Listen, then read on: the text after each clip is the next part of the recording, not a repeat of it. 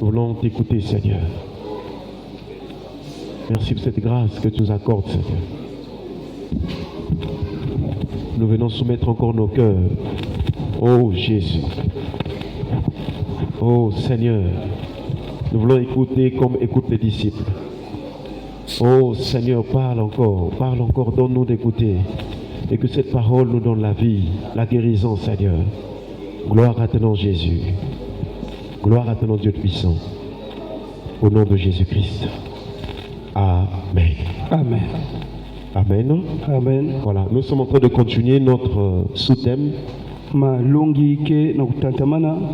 Et nous l'avons intitulé Sous le figuier. Et nous savons tous que depuis dimanche passé et aussi dimanche passé, nous sommes encore dans Jean chapitre 1, le verset 48 à 51. Et dans la première partie, il y a eu une rencontre d'abord entre Philippe et Nathanaël. Et cette rencontre va donc emmener Nathanaël aussi à la rencontre avec Jésus-Christ. Et donc, ce qui nous intéresse précisément dans ce passage, c'est maintenant la rencontre entre Nathanaël et Jésus. C'est la rencontre aussi du pécheur devant son sauveur. C'est la rencontre aussi du croyant devant son Seigneur. Et nous bénissons le Seigneur parce que déjà dans les paroles que nous lisons dans ce passage,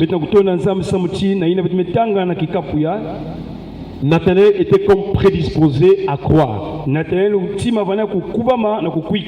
lisons ce qui suit. Jean chapitre 1 verset 48 à 51. Il est écrit: d'où me connais-tu? Lui dit Nathanaël. Jésus lui répondit: avant que Philippe t'appelle, quand tu étais sous le figuier, je t'ai vu. Est-ce qu'on peut acclamer le Seigneur? Voilà donc cette portion de l'écriture. C'est là où le Seigneur est en train de nous enseigner depuis quelques jours. Nous bénissons le Seigneur parce que Dieu nous enseigne que nous aussi nous sommes comme Nathanaël. Mais ce qui nous attire le regard dans ce texte, c'est que Nathanaël était sous le figuier. Et nous sommes en train de voir les significations du figuier. Nous sommes partis déjà du livre du commencement, donc de Adam et Ève. Lorsqu'ils sont tombés dans le péché, ils voulaient couvrir leur nudité, leur situation à travers les feuilles de figuier.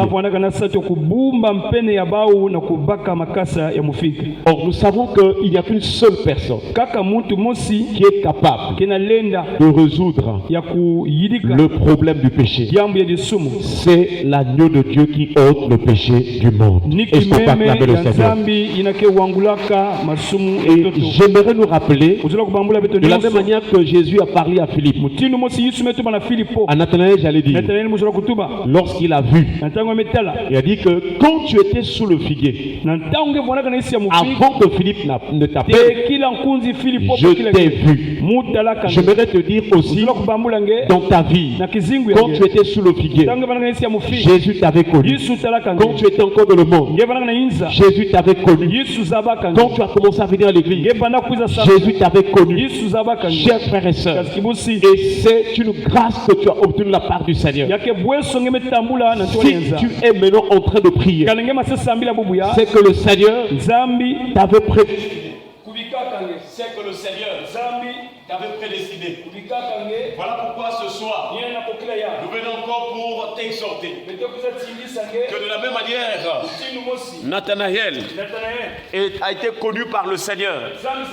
Alors toi aussi Jésus te connaît. Est-ce qu'on peut acclamer le Seigneur? Alléluia. Alléluia. Est-ce que tu es là ce soir? Est-ce qu'on peut encore acclamer Jésus? Chers frères et sœurs, nous voyons donc que c'était une bonne rencontre, une belle rencontre pour Nathanaël. Dans notre vie, nous avons eu beaucoup de rencontres. Nous avons rencontré beaucoup de gens. Mais cette rencontre avec Jésus est l'une des meilleures des rencontres. Parce que c'est une rencontre qui va emmener notre âme à être en relation, à être en parfaite intimité avec Dieu. Et désormais, Dieu pourra faire de notre cœur sa demeure. Dieu pourra faire de notre vie son sanctuaire. Chers frères et sœurs, s'il y a quelque chose que tu dois t'attendre de la part du Seigneur, c'est que ton cœur doit devenir l'autel de Dieu. Alléluia. Et ce jour-là pour Philippe, il était étonné. C'est pourquoi il a posé la question à Jésus. Il dit, d'où me connais-tu? Alléluia. Dieu t'avait connu avant même que tu sois formé dans le sein de ta mère. Parce qu'il est Dieu. Chers frères et sœurs, mais la vie de Nathanaël est partie de sous le figuier. Et de la même manière que nous voyons Adam et Ève, que le figuier pouvait signifier beaucoup de choses. Le figuier peut signifier le raisonnement humain. Le figuier peut signifier aussi la vie de péché. Le figuier signifie aussi une personne qui s'éloigne de Dieu après avoir péché. En tout cas, dans la Bible, nous trouvons toutes sortes de définitions de signification. Jusqu'à ce matin, nous avons vu comment Ésaïe présente cela. Dans Ésaïe chapitre 64, le verset 5, Ésaïe dit ceci: nous sommes tous comme des impurs, et toute notre justice est comme un vêtement souillé. Nous sommes tous flétris comme une feuille. Est-ce qu'on peut acclamer le Seigneur? Et nos crimes nous emporte comme le vent. Remarquez que le prophète est en train de dire que nous sommes tous flétris comme une feuille. Or, dans le jardin d'Éden, Adam et Ève avaient pris des feuilles, pas les branches de figuier, mais les feuilles, pour en faire des ceintures. Donc la feuille, c'est l'image aussi d'une vie flétrie. Mais ce matin, chers frères et sœurs, nous allons vous présenter une personne, la personne de Jésus. Quand il est venu dans ce monde, il savait que tous les hommes, toute l'humanité avait cette vie d'Adam. La première nature que nous avons reçue, c'est la nature adamique, la nature du péché, la nature fragile, la nature de la chair, la nature faible. Voilà pourquoi tous ont péché et sont privés de la gloire de Dieu. Chers frères et sœurs, c'est dans cette condition que le Seigneur l'Éternel, il a d'abord envoyé les sacrificateurs, les prophètes. Il voulait qu'ils faisaient le service pour les hommes. Mais tous ces sacrifices n'ont pas satisfait au cœur de Dieu. Voilà pourquoi la Bible déclare dans Hébreux chapitre 10, je crois à partir du verset 5, Christ entrant dans le monde, il dit au Père, tu n'as voulu ni sacrifice, ni holocauste, et tu m'as formé encore dans le rouleau du livre. Il est question de moi. Alléluia. C'est pourquoi Jésus, par amour, il a accepté de venir sur la terre. Mais comme l'homme était dans le péché et tout son être était souillé, c'est pourquoi Jésus a accepté. Lui qui est la parole, il est rentré dans un corps humain. Parce qu'en ce moment-là, toutes les tentations que le diable dresse contre les humains vont venir aussi devant Jésus dans son humanité. C'est pourquoi quand Jésus il a commencé son ministère, je crois quand il est parti au désert, le diable l'a tenté. Mais le diable ignorait que physiquement c'était un homme, mais spirituellement Jésus, c'est vrai, il est sorti, il est de la postérité de David selon la chair. Mais la Bible déclare, il est déclaré fils de Dieu par l'esprit de sainteté. Alléluia. Le diable avait oublié qu'il y avait en Jésus toute la plénitude de la divinité. Et cette plénitude est capable de détruire la puissance du péché. Voilà pourquoi Hébreux chapitre 2 verset 14 nous en dit long. Puisque les enfants participent au sang et à la chair, il y a également participé lui-même, afin que par la mort il rende impuissant celui qui avait la puissance de la mort, c'est-à-dire le diable. Beaucoup de gens meurent avant que Jésus ne vienne. Il y a la mort. Pendant qu'il était né, les gens mouraient. Quand Jésus était mort, même quand il est parti au ciel, les gens continuent de mourir. Mais la mort de Jésus est une mort extraordinaire. Alléluia. Car il était mort, non pas pour que les gens pleurent, non pas pour que les gens se soucient. Il était mort pour donner la vie. Alléluia. Voilà pourquoi la mort de Jésus ne doit pas nous procurer la tristesse, mais au contraire, elle doit nous procurer la joie, parce qu'il était mort pour nous donner la vie. Il était mort pour nous délivrer. Il était mort pour nous donner la puissance. Il était mort pour nous donner le Saint-Esprit. Il était mort pour que nous soyons plus que vainqueurs. Il était mort pour changer notre identité. Il était mort pour nous préparer pour aller au ciel. Il était mort pour que nous puissions mourir au péché et que nous puissions vivre pour Dieu. Reçois la vie ce soir au nom de Jésus. Alléluia. Oui, chers frères et sœurs, même si ta vie était sous le figuier, Jésus est capable de te délivrer. Je ne sais pas quels sont les péchés. Pourquoi nous parlons beaucoup du péché? Parce que beaucoup de gens ignorent que le péché conduit en enfer. Jusqu'à présent, même dans les églises, les gens jouent avec le péché.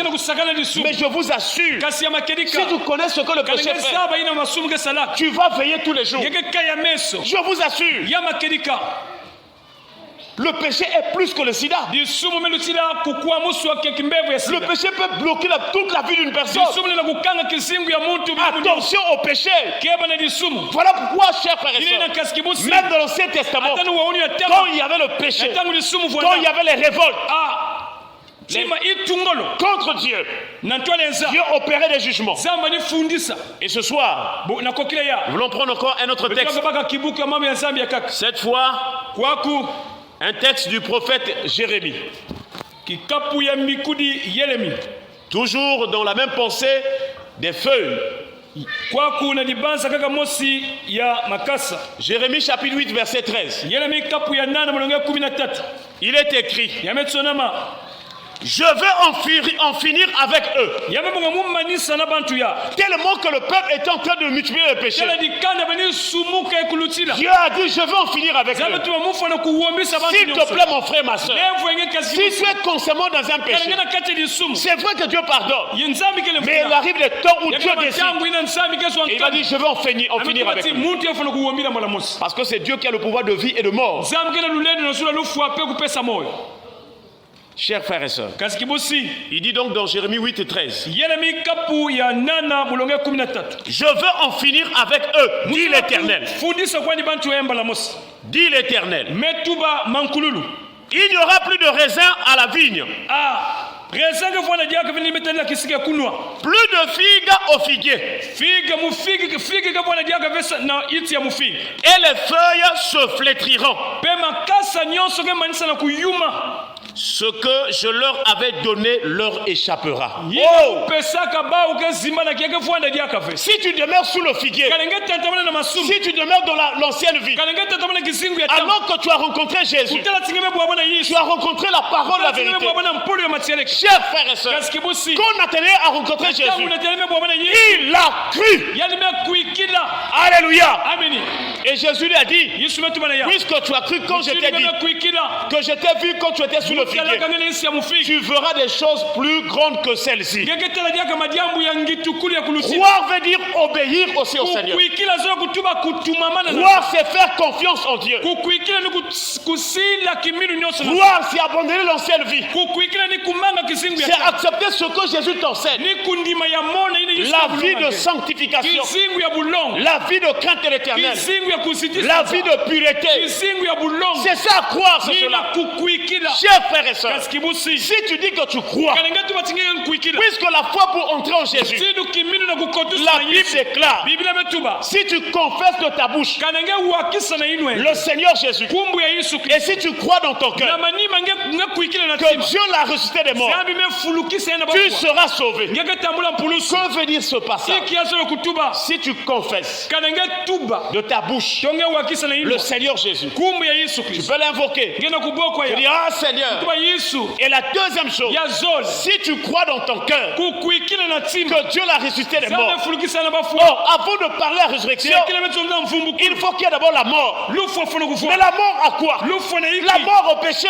Cela veut dire que si tu crois en Jésus, tu as accepté donc, tu as abandonné la mauvaise vie. Tu as accepté de mourir à l'ancienne vie. Et la résurrection, c'est pour une vie nouvelle. Alléluia. Amen. Alléluia. Amen. Ah oui, quand on touche le péché, les gens deviennent calmes. Alléluia. Amen. Chers frères et sœurs, et pour Israël qui multipliait les péchés, Dieu a dit, je veux en finir avec eux. Attention à la colère de Dieu. Dieu nous a donné comme des messagers pour annoncer la parole. Voilà pourquoi un vrai messager de Dieu devait aussi avertir, afin que le peuple puisse s'éloigner du péché, puisse s'éloigner du mal. Regarde ta vie. Sous quel figuier tu te trouves? Sous quel figuier? Quelles sont les feuilles que tu portes? Nous sommes venus pour te condamner, mais te rappeler que le péché, ça attire la colère de Dieu. Chers frères et sœurs, quelles sont les conséquences de cette colère de Dieu?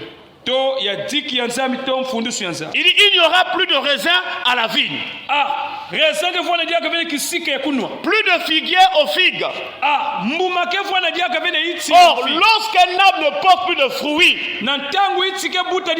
cette arbre-là sera coupée et jetée où? Au feu.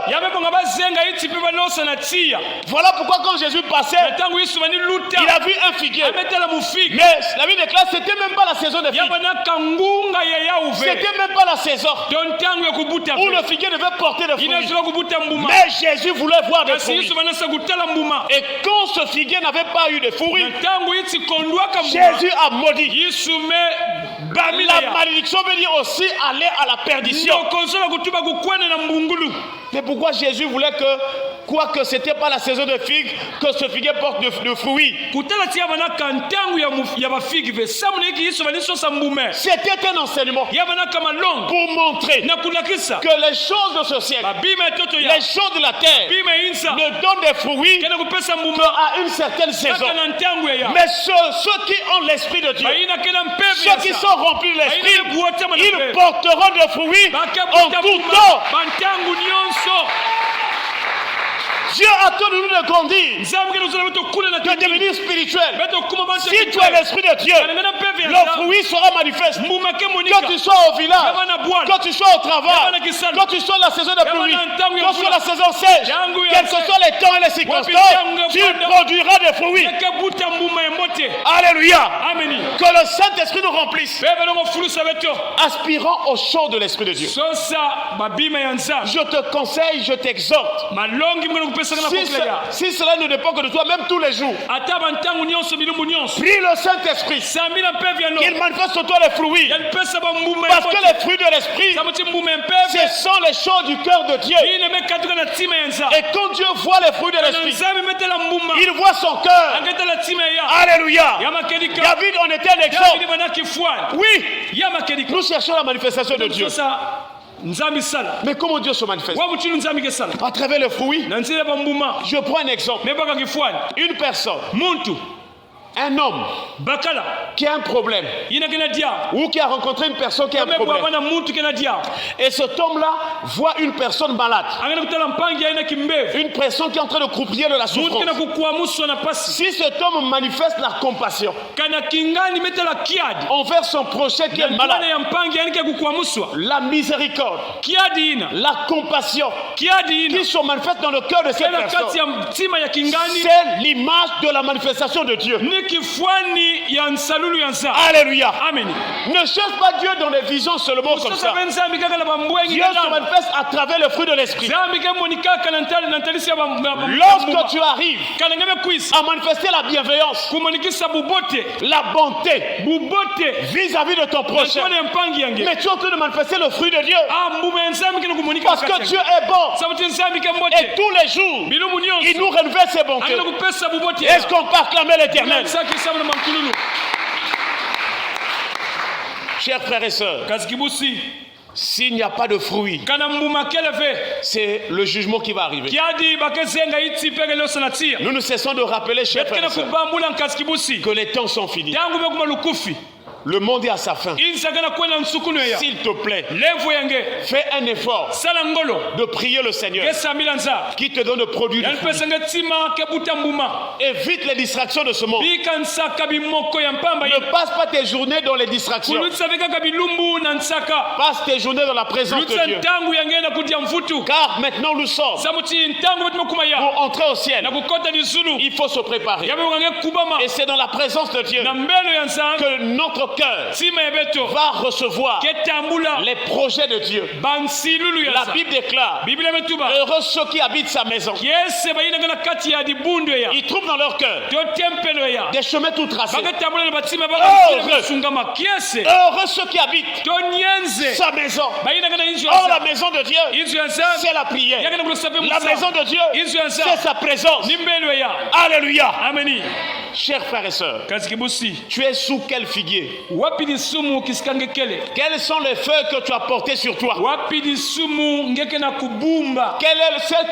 À quel niveau de ta vie tu as placé des feuilles de figuier? Est-ce que c'est au niveau de tes yeux? Tu as encore la convoitise, mais tu as placé les feuilles de figuier. Attention frères et sœurs, il y a quelqu'un qui sait tout ça. C'est la personne de Dieu. Donc les conséquences de ceux qui restent sous le figuier, alors ils sont comme des feuilles flétries, qui n'ont point, on dirait même de sève ou de vie. Et ce qui est encore malheureux, c'est que Dieu dit: ce que je leur avais donné leur échappera. Si Dieu t'avait donné le mariage, que ce soit pendant que tu es rentré le mariage, que ce soit avant que tu ne te maries, si tu vis volontairement dans le péché, Dieu t'avait déjà donné le mariage, mais toi tu es en train de vivre le péché, ce mariage va t'échapper. Ça veut dire que avant même que tu rentres dans une bénédiction, Dieu t'en a déjà donné spirituellement. Alléluia. Amen. Attention, ce que Dieu t'avait donné, si tu demeures dans le péché, cette bénédiction ce fruit-là, cette grâce-là, t'échappera. Voilà pourquoi ce soir, ma prière est que nous puissions demander pardon à Dieu. Parce que nous avons perduré dans le péché. Quand tu viens dans la présence de Dieu, il faut toujours regarder dans quel domaine tu es encore faible. Dans quel domaine tu as une faiblesse de péché? Est-ce que c'est au travers de tes yeux? Est-ce que au travers de ta bouche? Est-ce qu'au travers de tes mains? Quel est le péché qui domine encore sur toi? Je ne te condamne pas, mais je me te dis que c'est possible que tu sors de ce péché-là. Il faut que tu aies la volonté. Il faut que tu saches que Jésus a tout payé. Il n'y a pas encore une dette. Il a tout payé. Il a tout accompli. Donc il n'y a plus de raison pour rester dans la boisson. Nous avons vu que ceux qui sont sous le figuier, c'est ceux-là aussi qui se souviennent toujours de l'Égypte. Dieu t'a sorti du monde. Il t'a délivré la vie des copains. Mais tu penses encore à ces textes copains-là. Tu penses encore à ces textes copains. Ça, ce sont les souvenirs de l'Égypte. Mais que ce soir, ton cœur soit ouvert.